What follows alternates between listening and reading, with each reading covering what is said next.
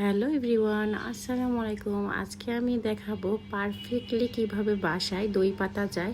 ওই প্রসেসটাই আমি দেখাবো। শুরুতেই আমি দুধটাকে গরম করে নিয়েছি, তার মধ্যে একটু চিনি দিয়ে দিয়েছি। যেহেতু এত মিষ্টি আমাদের বাসায় কেউ খায় না, তাই আমি অল্প পরিমাণেই চিনি দিয়েছি। আর সাথে আমি এখানে গুঁড়া দুধ দিয়ে দিয়েছি। এখানে চামচ দিয়ে যদি পরিমাপ করা হয় তাহলে 8 চামচ এখানে গুঁড়া দুধ আছে। তো 8 চামচ গুঁড়া দুধ আমি এর সাথে দিয়ে দিয়েছি। দিয়ে এখন আমি দুধটাকে আরও ভালো করে ফুটিয়ে নিব, যেন দুধের মধ্যে যে পাতলা ভাবটা সেটা না থাকে। কারণ আমি এর মধ্যে চিনি দিয়েছি, চিনিটা যেন দুধের সাথে মিশে যায়, এই জন্য ভালো করে দুধটাকে আবার ফুটিয়ে নিচ্ছি। আর এই দিকে আমি যেই পাতিলটাতে দই বসাবো, ওই পাতিলটা ভালো করে ধুয়ে মুছে নিয়েছি। এটাতে আমি আজকে দই বসাবো। পাতিলের নিচে আমি একটি কম্বল দিয়ে দিয়েছি। এটা আমার বেবির ছোটবেলার একটা কম্বল ছিল। আর এই দিকে আমার আগে থেকে পাতা দই ছিল, তো দইটার পানিটাকে আমি সরিয়ে নিচ্ছি।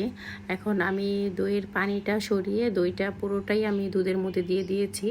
এখন খুব ভালো করে আমি নেড়ে নিয়েছি। এখানে কিন্তু দুধটা একদমই গরম দেওয়া যাবে না, জাস্ট আঙ্গুল দিয়ে টেস্ট করে নিতে হবে। যখন আমার হাতটা খুব সহনীয় পর্যায়ে থাকে তখনই আমি দইটা মিশাবো, একদম গরম দুধে কিন্তু মিশানো যাবে না। এখন আমি পাতিলে দুধটাকে অনেক উপর থেকে ঢালছি, এতে করে যে ফেনাটা আসবে সেটা দইয়ের উপরে জমে থাকে, সেটা দেখতে খুবই ভালো লাগে। এখন আমার দুধ ঢালা শেষ, এখন আমি এটা মুখটা লাগিয়ে দিচ্ছি। এই পর্যায়ে আমি কম্বলের আরও কিছু অংশ নিচের দিকে পড়ে আছে, ওইটা একদমই এটার উপরে দিয়ে ঢেকে দিব, যাতে কোনো বাতাস এর ভিতরে প্রবেশ না করে।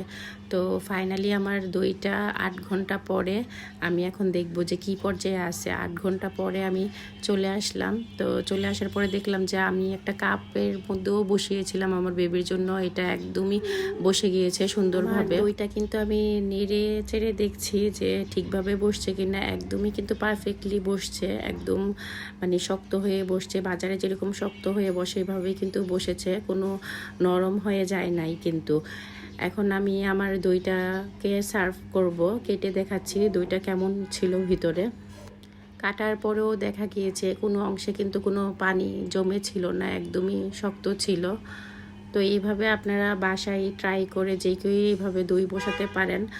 কারণ দই বানানোটা কিন্তু একদমই ইজি, বাসায় খুব অল্প কিছু পরিমাণে ইনগ্রিডিয়েন্টস দিয়ে দইটা তৈরি করে ফেলা যায়। সো এইভাবেই আমি বাসায় দই তৈরি করে থাকি।